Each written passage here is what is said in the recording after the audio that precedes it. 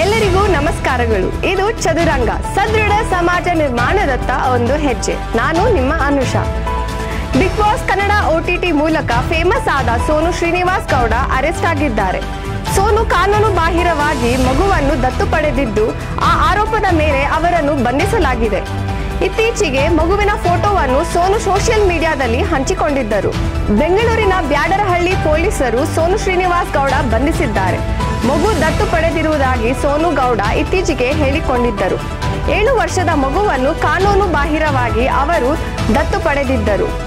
ಈ ಪ್ರಕರಣಕ್ಕೆ ಸಂಬಂಧಿಸಿ ರಾಜ್ಯ ಮಕ್ಕಳು ರಕ್ಷಣಾ ಘಟಕದ ಅಧಿಕಾರಿ ಗೀತಾ ದೂರು ನೀಡಿದ್ದರು. JJ ಆಕ್ಟ್ ಅಡಿ ಬ್ಯಾಡರಹಳ್ಳಿ ಪೊಲೀಸ್ ಠಾಣೆಯಲ್ಲಿ FIR ದಾಖಲಿಸಿಕೊಂಡು ಬಂಧಿಸಿದ್ದಾರೆ. 3 ತಿಂಗಳಿಂದ ಪಾಸಿಟಿವ್ ಆಗಿ ಎಲ್ಲರೂ ಪ್ರತಿಕ್ರಿಯೆ ನೀಡುತ್ತಿದ್ದಾರೆ. ಬಹುಶಃ ಇವಳನ್ನು ದತ್ತು ತೆಗೆದುಕೊಂಡಿದ್ದಕ್ಕೋ ಏನೋ ಎಂದು ಸೋನು ಶ್ರೀನಿವಾಸ್ ಗೌಡ ಯೂಟ್ಯೂಬ್ ಅಲ್ಲಿ ವಿಡಿಯೋದಲ್ಲಿ ಹೇಳಿದ್ದರು. ನಾನು ಅಪಾರ್ಟ್ಮೆಂಟ್ ಕೆಳಗೆ ನಾಯಿಗೆ ಬಿಸ್ಕೆಟ್ ಹಾಕುವಾಗ ಇವಳು ಸಿಕ್ಕಿದ್ದಳು. ಅವಳಿಗೆ ಚಾಕ್ಲೇಟ್ ಕೊಡಿಸಿದೆ. ನಂತರ ಶಾಪಿಂಗ್ ಹೋದೆವು. ಮನೆಗೆ ಕರೆದುಕೊಂಡು ಹೋಗಿ ಎಂದು ಕೇಳಿದಳು. ನಾನು ದತ್ತು ತೆಗೆದುಕೊಳ್ಳುವುದಕ್ಕೂ ಮೊದಲೇ ಅವಳಿಗೆ ಚೈನ್ ಕೊಡಿಸಿದ್ದೆ ಎಂದು ಸೋನು ವಿಡಿಯೋದಲ್ಲಿ ಹಂಚಿಕೊಂಡಿದ್ದಾರೆ. ನಾನು ಅವಳ ಅಮ್ಮನ ಬಳಿ ದತ್ತು ಕೊಡುವಂತೆ ಕೇಳಿದೆ. ಇದನ್ನು ಕೇಳಿ ಅವಳ ತಾಯಿ ರಾಯಚೂರಿಗೆ ಹೋದರು. ಮಗುವಿಗೆ ನಾನಿಲ್ಲದೆ ಜ್ವರ ಬಂದಿತ್ತು. ಫೋನ್ ಮೂಲಕ ಸೇವಂತಿ ಬಳಿ ಮಾತನಾಡಿದೆ. ನಂತರ ಅವಳನ್ನು ಕರೆದುಕೊಂಡು ಬಂದೆ.